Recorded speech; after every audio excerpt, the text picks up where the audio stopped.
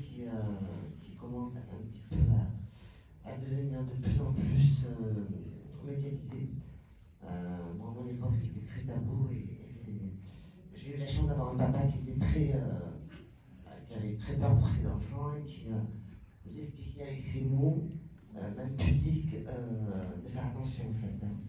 Donc on avait, parce que c'est vrai que l'inceste peut être pas forcément direct, indirect, peut être indirect. Moi, ma question, c'est de savoir comment on peut détecter ça chez l'enfant.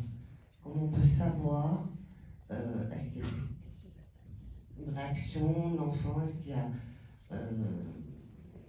quelque chose, c'est pas évident, je veux dire, c'est tellement bien comme, je disais, c'est bien, c'est une normalité pour la plupart, surtout quand c'est l'inceste direct, hein. Le père ou la mère, parce qu'il y a aussi des moments qui font de l'inceste. Police, c'est pas forcément le papa. Comment savoir si l'enfant subit, puisque jusqu'à un certain âge, pour lui, c'est une normalité. Est-ce qu'il y a, voilà, est-ce qu'il y a un... C'est vrai que le mot inceste pour un enfant jusqu'à 10 ans, ça ne veut rien dire. Bonsoir. Déjà, c'est pas un seul signe qui va dire Oui. que l'enfant, c'est un ensemble de signes. Si on se base sur moi, mes résultats scolaires étaient excellents, donc c'est pas forcément les résultats scolaires. On peut dire oui, c'est l'enfant qui va être introverti ou c'est l'enfant qui va être trop expansif. En fait, c'est jamais une chose. En fait, c'est aux adultes de repérer et détecter les signes et de demander à son enfant est-ce que tout va bien aussi. C'est une question simple, mais c'est une question importante. Est-ce que tout va bien? Est-ce que quelqu'un t'a fait du mal? C'est une question simple qu'on peut poser à un enfant aussi. Oui, mais l'enfant, justement, s'il trouve ça comme une normalité jusqu'à à peu près 10 ans, 11 ans, parce que la majorité, elle est beaucoup plus, tardive, je veux dire que ça va bien. Et déjà, faire de la prévention à ses enfants, lui dire aujourd'hui, ton corps t'appartient, ça ne suffit pas de dire ton corps t'appartient, de dire personne n'a le droit de te toucher tes parties intimes. Est-ce que tu connais tes parties intimes? C'est quoi tes parties intimes? C'est des questions qu'on peut dialoguer en tant que parent et faire de la prévention aussi. Oui, la prévention, je suis d'accord pour les parents qui ne sont pas concernés directement, je veux dire. Acteurs de ça. Dire à un enfant si tout va bien, c'est quand ils sont impliqués directement, voilà. Après, il y a quelque chose qui nous culpabilise beaucoup finalement là-dedans, c'est un peu ce qu'on se dit, c'est comment est-ce qu'on arrive à le détecter. Enfin, c'est vrai que moi, si je fais le parallèle, toi tu disais que tu étais plutôt à l'école brillante. Moi, je vais dire à l'inverse, moi j'étais un gamin assez, je vais dire, turbulent, je vais le dire de cette manière, puisque au point où, je me rappellerai toute ma vie, quand je suis arrivé en troisième, on m'a dit, de toute façon celui-là c'est pour une boîte garage, c'est de classe. Bon, je m'en suis pas trop mal sorti, je peux faire des choses comme ça. Et je pense que j'avais réellement tous les signaux, c'est-à-dire que je séchais, j'étais dans des conduites addictives, j'étais dans plein de choses, etc. Avec en fait un tas de signaux, mais qui montraient en fait que je disais coucou, je suis là, coucou, je suis là, coucou, je suis là.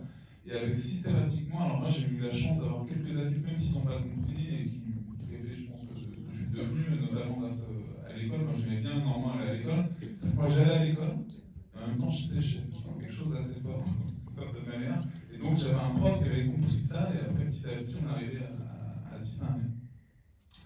Et aucun adulte réellement au niveau de l'école, et c'est pour ça qu'il y a tout un travail qui est à faire beaucoup plus global, s'est dit, bah, tiens, qu'est-ce qu'il y a derrière tout ça? On était uniquement dans, bah, là, il fera un de sa vie, l'école c'est pas pour lui, etc. Donc oui, je pense que c'est vrai qu'on n'a pas, si j'osais, une réponse toute faite, il y a une vraie vigilance à avoir, il y a une écoute, bien entendu, on dit que les enfants peuvent parler, des fois les enfants c'est aussi à travers le dessin, c'est à travers différentes choses. Le principal, c'est quand on a l'information, c'est être en capacité de l'entendre. Je pense que réellement, par rapport à ça, c'est là la vraie difficulté, d'une certaine manière. Et c'est vrai que bien souvent, quand on en parle, je vous livrais mon histoire tout à l'heure, on se retrouve dans quelque chose où finalement, c'est la parole de l'agresseur qui prend le dessus, c'est ce que raconte le film, finalement. Et ça, c'est ça qui est important. Et c'est vrai qu'après, pour dépister en tant que tel, c'est vrai que je suis d'accord avec vous, d'une certaine manière, les chiffres nous rendent tous un peu parano, parce que je veux dire, j'ai quand même j'ai même des gamins. Je pense que la vraie difficulté qu'on a, vous voyez, aujourd'hui en France, moi j'en suis convaincu, j'en parle avec le Jules Durand. Vous voyez, moi je suis directeur général d'une association, c'est une grosse association, première association parisienne, on a 900 salariés. On a quand même pas mal de sites. Puis je me disais au bout d'un moment, mais attends, mais qu'est-ce qui nous manque dans ce truc-là? Et je me dis, mais c'est dingue. En fait, on est en France dans un idéal de l'institution. Qu'est-ce qui m'impose, moi, en tant qu'employeur, en tant que cadre dirigeant, de me dire finalement que je ne suis plus dans l'idéal de l'institution, je connais les chiffres. Et je dois lutter contre les violences faites aux enfants au sein même de mon institution. Et donc nous, ce qu'on va faire au niveau de notre association, c'est mettre en place un plan de lutte contre les violences institutionnelles, en se disant que ces violences, elles existent. Le harcèlement, les violences physiques, les violences sexuelles, etc. Mais qu'est-ce qu'on met en place, bon sang, pour que réellement ça existe et pour qu'on arrête vraiment à chaque fois de tomber les nues en se disant bah tiens non, c'est une situation singulière, etc. Y compris avec les parents. Et plus on arrivera à sensibiliser, et plus on mettra aussi les parents, les jeunes dans la boucle, je dirais, de tout ça, parce que l'idée c'est pas uniquement d'être dans l'entre-soi, comme on sait bien faire de manière générale, mais vraiment de se dire que c'est un sujet de société, donc il faut vraiment que tout le monde participe. Je pense que la République c'est ça. Je pense que petit à petit on y arrivera, et on arrivera aussi à dépister. Et là la vraie difficulté aujourd'hui, c'est que la manière dont on traite le sujet, je pense, en France, c'est qu'on vient culpabiliser aussi d'une certaine manière aussi les parents en disant est-ce que vous avez vu, vous avez pas vu ça. Je pense que c'est vraiment du collectif qu'il faut jouer sur l'ensemble parce que tout simplement les enfants sont vulnérables et on doit être en capacité de les protéger. Non, mais moi je me suis senti coupable parce que j'ai vécu une anecdote, enfin c'est pas une anecdote, c'est vraiment quelque chose de dramatique. J'habite à Paris et j'avais ma fille qui fréquentait une voisine, donc qui était un amour, qui était pleine de vie. Et on a appris 4-5 ans après, alors ma fille allait chez eux et tout ça, que cette petite fille était violée par son papa, tous les soirs. Et cette petite fille le vivait tout à fait normalement. C'est sa grande sœur de 17 ans qui a pris une prise de conscience, on va dire, et qui, pour sauver sa sœur, a parlé. Quand elle a parlé, la petite fille, que je recevais chez moi, où j'avais rien vu du tout, elle a eu ce déclic en disant ah, ben, papa, ce que me faisait, c'était pas normal. Mais jusqu'à l'âge de 11 ans, ben, elle était radieuse, quoi. Et j'ai eu cette culpabilité de ne pas pouvoir sentir ou pressentir quelque chose, alors que, on va dire, dans l'absolu, ce n'est pas possible.